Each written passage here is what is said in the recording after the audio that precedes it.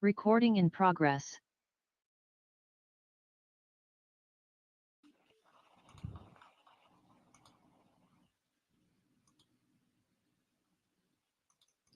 Good afternoon, everyone. I want to welcome you all to the Tax Resolution Help Center. My name is May. I will be hosting today's session and introducing today's speaker. I will also be coordinating the Q&A chat session at the end of this session. I want to congratulate all of you for taking steps to deal with your taxes. Taxes from all sources, including income tax, payroll tax, property tax, excise tax, and sales tax, represent a 35% to 60% reduction in your personal savings and wealth. As you probably know, those with 1% of the wealth in this country have experts to help them pay a small percent of tax. Our goal is to help you reduce how much you pay in tax by educating and informing you on ways to reduce past, present, and future tax expenses. We think you are entitled to live a happier, healthier life by keeping more of what you earn and getting the taxman off your back. Our goal is to provide you good information with the opportunity to ask questions that are important to you. The presentation itself will last about 20 minutes plus 20 to 30 minutes for you to ask questions by chat. I will select the questions and present them to today's expert. And if you wish, you can include your first name and your state. That would be great. And other than that information, your identity is not mentioned. The information you are receiving in this session is not specific tax advice.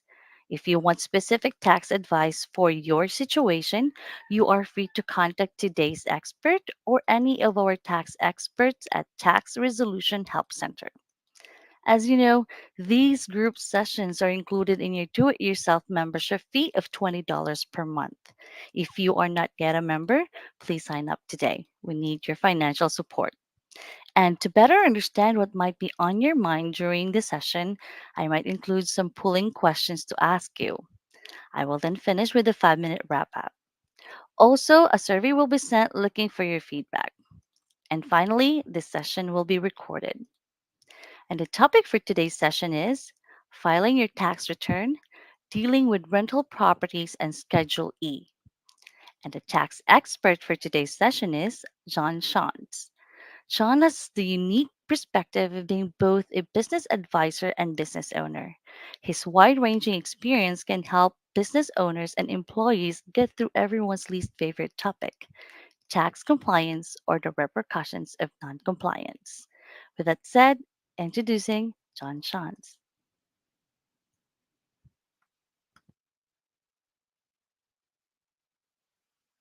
Hello, everybody. Thank you, May. Thanks for being here. And today we are going to talk about dealing with rental properties and Schedule E. Schedule E is where your income and expenses for rental properties are reported. A little bit about me. Uh, I was in public accounting for over 10 years, many years ago. And then I spent almost 30 years in the real estate development business. Still working with other businesses and associations, advising them from a tax perspective and accounting perspective as well. I am now back in mostly full time with accounting and tax work. When I'm not having fun doing accounting and tax work, I'd rather be skiing. I managed to get out skiing today, as a matter of fact. So objectives of this session here is to talk about rental real estate. We'll talk about Schedule E. The big items here, basis, depreciation, capital improvements, and the passive loss rules. And we'll touch a little bit on each of those subjects to give you some background on rental, how it's going to apply to any rental real estate property that you have. So rental real estate, why own real estate? One of the big things is leverage. You can control a pretty large asset with a smaller amount of cash up front. You can put down maybe $20,000 and borrow a couple $100,000 and control, a $250,000 asset. That can work out great. gives you a lot of flexibility, but you got to be careful that your leverage isn't so high you can't cover it when times get tough. During the COVID pandemic, a lot of people owned Airbnbs and other rental properties, ran into issues with people not renting their properties, so they could run into cash flow problems. The other big advantage of rental real estate is cash flow versus taxable income. Your property can be cash flowing. You can be putting money in your pocket while not really generating any taxes. You might be generating tax losses. So you don't have to pay taxes on that cash that's coming in your pocket. You probably know different types of rental properties out there. House hacking is a big one, especially for younger people. Buy a house, buy a duplex, rent out part of it, live in part of it, and get that rental income to pay for your living expenses. Vacation homes, Airbnbs, VRBOs are pretty big, especially in some of the larger cities and vacation destinations. You see a lot of Airbnbs. And then you also just have other types of residential rental and commercial rental property. Schedule E. Schedule E is where you report your income and losses. As a practical matter, you're doing your tax return probably through some tax software. If you're doing that, you're just going to be plugging numbers into an interview section, and it is going to be spit out on Schedule E. So if you actually looked at the details of your tax return, this is what Schedule E looks like. A few things you have to note and keep track of if you own rental property is, are you making payments to anybody that would require a 1099? Usually that's you paying contractors over $600. You might have a requirement to report those payments on a 1099. You need to list the type of property, whether it's single family, multifamily, vacation. There's also a spot on here for royalties and income from estates and trusts and partnerships, but we're not concerned about that in this discussion. You need to note that the fair rental days, the property needs to be rented at fair market value. And if you're using the property yourself, you need to report the personal use days. So in Schedule E, the income's going up in the top, and then here's all your expenses that you're going to enter for that property. It might be worth looking at this, or you look at the details in your tax software, make sure you're getting a deduction for all your expenses. You want to take all the expenses you're allowed to under the tax law, so you can keep that taxable income as low as possible. So basis. One of the areas in rental real estate where people tend to make some mistakes is the basis of the property and keeping track of the basis of the property. Why do you want to know the basis? Because basis helps you compute depreciation. It also helps you compute the gain or loss on the sale of that property at some point down the road. Your basis is essentially your cost. What did you buy the property for? You may also add in some settlement costs. If you had to do some surveys, pay for an engineer inspection, things like that can get added into that basis. So you're going to want to keep the records of your purchase, and you want to compute an accurate cost basis.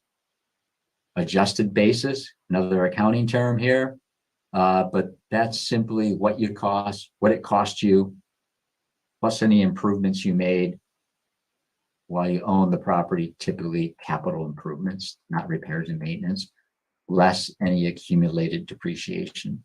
We'll talk about depreciation in a minute here. Some assets, some rental properties, maybe you acquired it as a gift or inheritance. The basis is computed differently. I won't go into that right now, but keep in mind, if you didn't pay for it, there are ways to figure out what the basis should be. And you're gonna have to do a little more work to figure out what the right number should be. And then lastly, you're going to have a separate cost for the building and the land. So if something cost you $300,000, typically some portion of that, unless it's a condo building, is going to be land, and you're going to want to break out the cost of the land from the building. Why do we want to break that out? Because land can't be depreciated. The building basis is needed in order to compute the depreciation. And a rental property, generally 27.5 years is how you're going to depreciate that cost. This is a number you're really going to want to take and put on your tax return. So go take a look at your return, take a look at your rental property if you have it right now, and see if you're depreciating it, or make sure you're depreciating it. Why? Because it's a tax deduction, reduces your taxable income without cash going out the door. The second part is, when the day comes you go to sell the property, if you haven't taken the depreciation, the IRS can come back and recompute it as if you did. Your gain will actually be bigger with depreciation taken. And if you hadn't taken it over the years, you lost the ability to get that deduction. So it's kind of a lose-lose situation if you never took the depreciation during the property. I see that a lot when I'm looking at people's tax returns. So again, go take a look at your return, make sure you're depreciating that property correctly. All is not lost. If you have failed to take it over the years, you can go file for a change in accounting method, and you can amend your returns for the past 3 years. So if that situation arises, you're going to want to take a look at that. And it can get a little complicated dealing with amended returns, change in accounting method. You might need to seek professional help, but it's worth the effort. One of the other big areas when you get into rental real estate is capital improvements versus repairs and maintenance. Capital improvements would typically be things that have a longer life. So you replace a roof. Repairs and maintenance just maintain the property in usable condition. So if you fix a leak in the roof, that's going to be repair and maintenance. If you repaint a room, once a tenant moves out, that's typically a repair and maintenance. Why do we need to know that? Capital improvements, it's just like the building. It goes into the cost basis and gets depreciated over time, versus repairs and maintenance, you get the write-off immediately. Either way, you're going to want to keep track of those things, again, so you can compute the proper net income for that rental property on an annual basis and get the deductions that you're entitled to. Keep that taxable income as low as possible.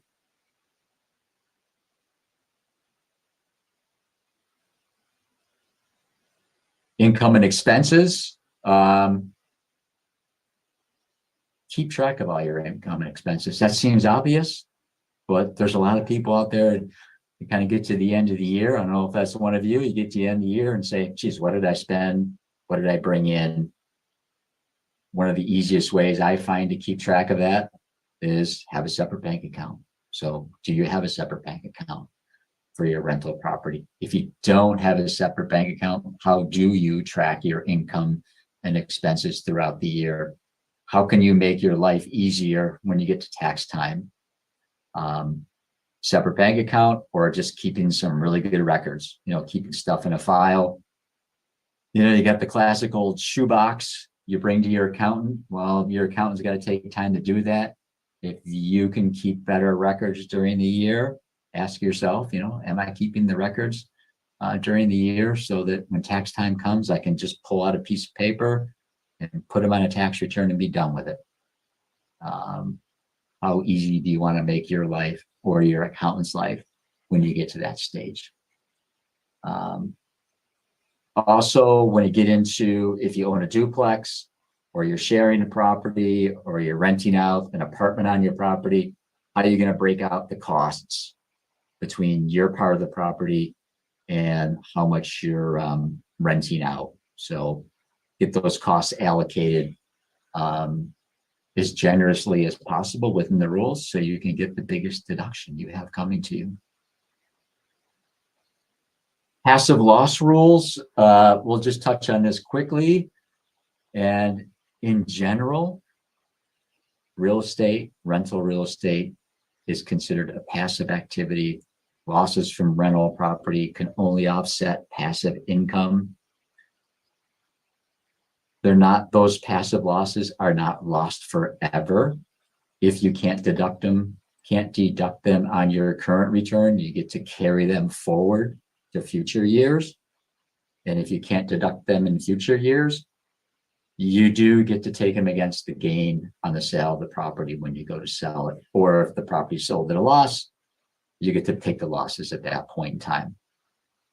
The nice thing for individuals, if your adjusted gross income is $100,000 or less, you can deduct up to $25,000 in passive losses. So it's kind of a nice little break.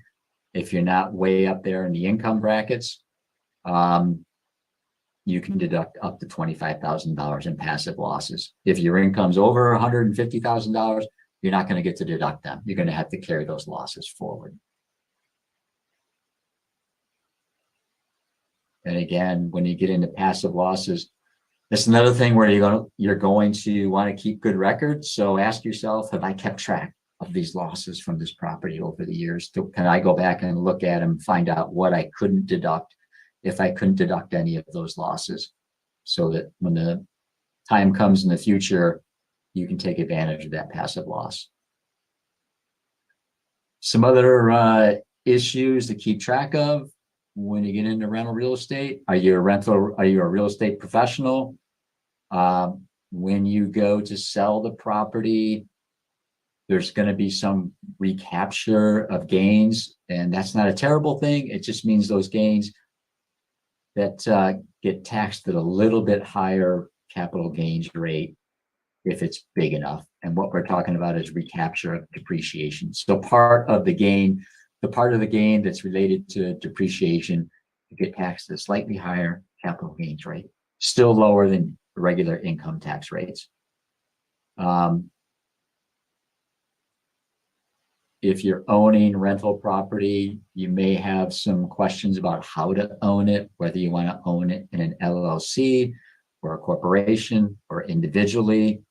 That's really a legal question. A lot of people stay away from the LLC ownership way for property that's owned individually for some better legal reasons and more beneficial tax reasons.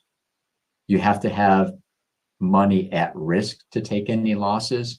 So if you get a mortgage on the property and somebody else is holding that paper and paying it and it's in their name, your losses are going to be limited. If you have a home office or you use an automobile or truck for the rental real estate, you have the possibility of increasing your expenses and getting, increasing those deductions. And again, getting the biggest tax deduction you can possibly get. If you're using the house personally, again, you need to keep track of how many days personal use. If you're only renting the property for less than 14 days, some of that income can be tax-free to you. If you're using it for more than that, again, you get into the allocation issue between personal and rental property expenses.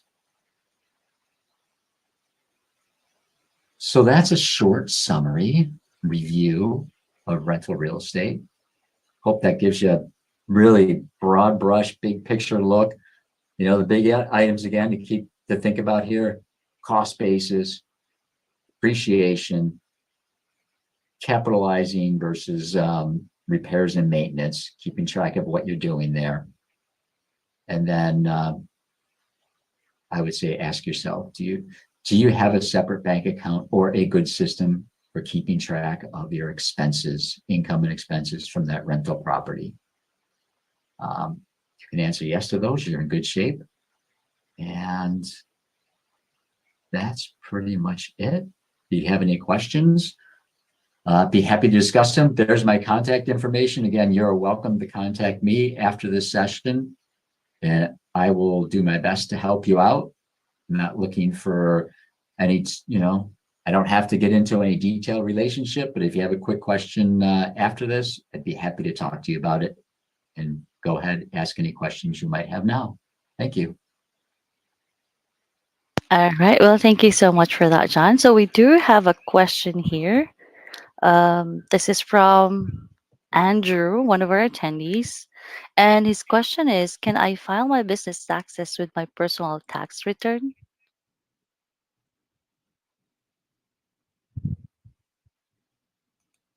Um, all right, Andrew. Well, that's interesting question. It depends. I guess as I like to say all the time with these types of questions, it depends.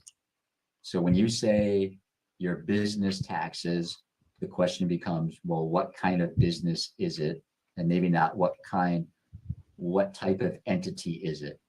Is it a sole proprietorship? Is it a partnership? Is it a corporation? And if it's, if you had a corporation, whether it be an S corp or a C corp, if you don't know what those means, you're probably not it. But if you are a corporation, you have to file a separate business tax return. If it's a partnership, typically you're going to have to file a separate business tax return. Now, if you're the only owner of the business, it's probably not a partnership. Maybe have an LLC. If it's a single member LLC, you're the only owner, you can usually put that rate on your personal return. So again, it depends how this business is owned and how you formed it as to whether it goes on your personal return, on Schedule C for a business, or Schedule E. We're talking about rental real estate. So if you're talking about a rental real estate business, it may go on Schedule E on your personal return. Mhm. Okay, thank you for that answer. John was complete from single owner to partners and C corp. So that should help them or give them an idea. Andrew, that should give you an idea. But if you do need a follow up about the kind of type of business that you are establishing, well, you can contact John. You can see the information there. You can email or call him directly. Now, we do have also a question here from our Facebook live audience. And okay, the question is, what is the best way to determine if I should depreciate a purchase or expense it?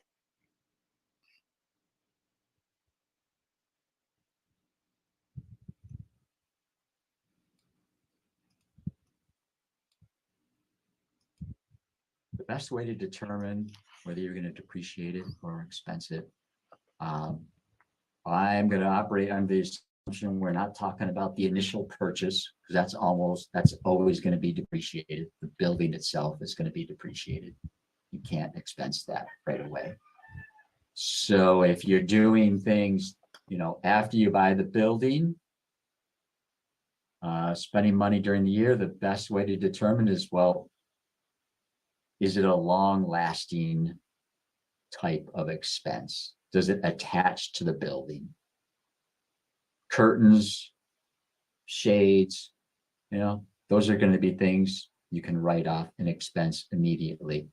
Typically, if it's less than maybe $2,500, you can establish a policy that most items under $2,500 can be expensed versus capitalized.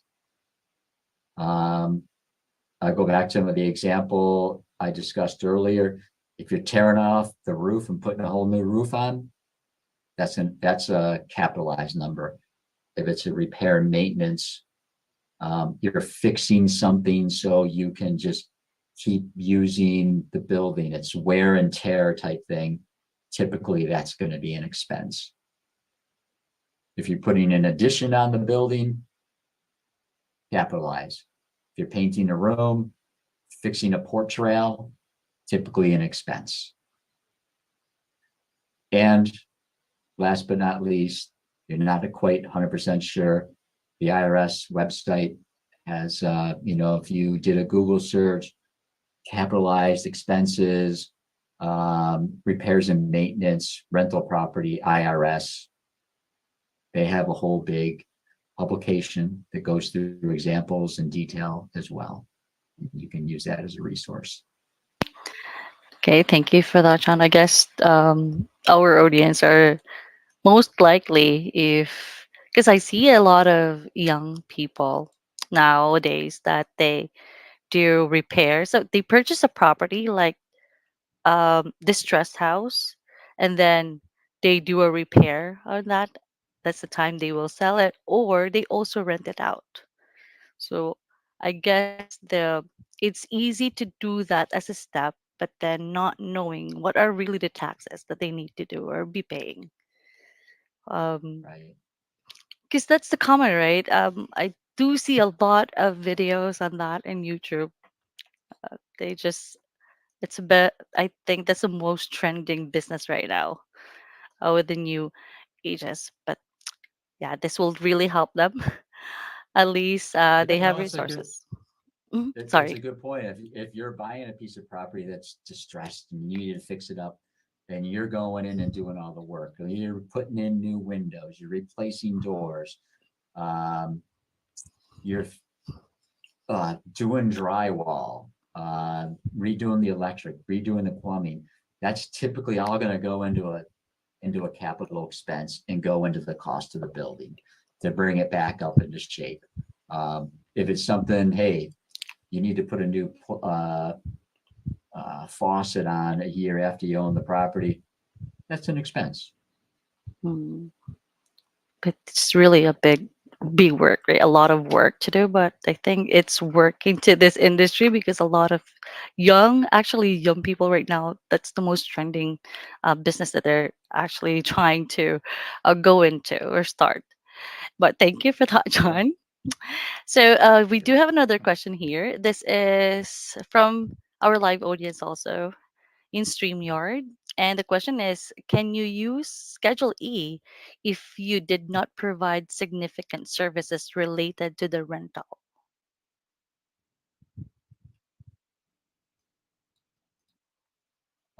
So if you did not provide significant services in the rental, um, it's going to be Schedule E. If you did provide significant services, and you're typically short-term rentals, so think more hotel room versus, leasing out a property for a year.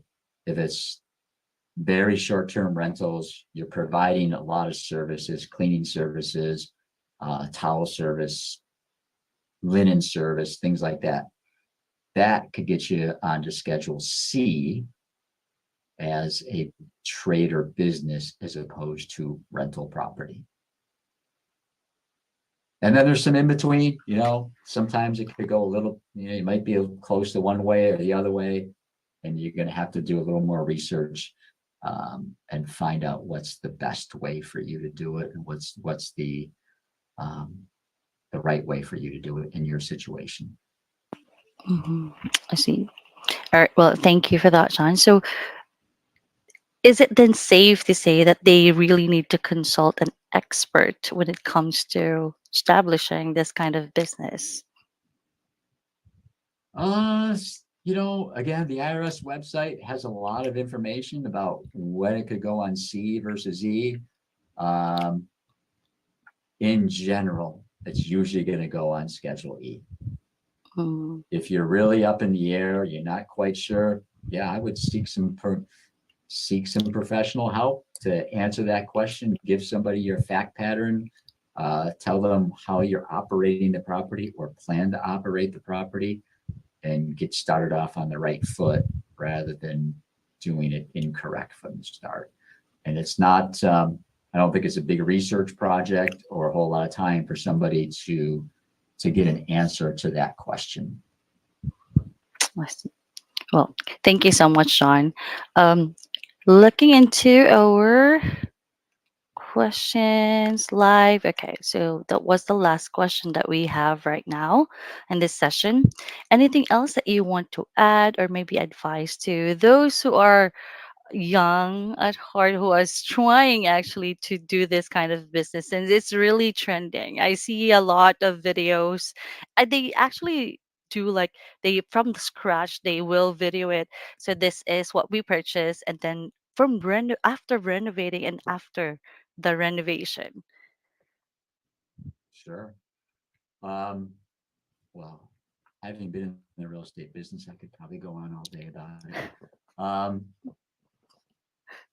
Real estate is a great way to get going. You can put a lot of sweat equity into real estate if you know what you're doing. Um, you do have to be careful. I said at the beginning, hey, leverage is great until it's not. Mm. The pandemic came along. If you were really leveraged up in real estate, owned a bunch of properties, had a bunch of loans on them, and all of a sudden you didn't have anybody renting your property for a year, well, you better have some cash reserves to carry yourself. So leverage can be great until it's not. Sweat equity is a beautiful thing because you don't have to borrow a lot of money. You just have to spend time. It's a matter of how much time you have to spend to fix up that property and learn to do the things that need to be done to fix it up, or have friends who can help you. But it can be a lot of fun. So other than that, here at Tax Resolution Center, we're here to help educate you. We have a lot of experienced people in the tax accounting business. We've worked with lots of businesses over the years and our careers. We're here to really help you do it yourself. We really believe, hey, do it yourself, take advantage of the education, take advantage of your sweat equity, go out there and do some things yourself. But if you need help, we're a resource you can count on. You meet us through these presentations. You may not know who to talk to.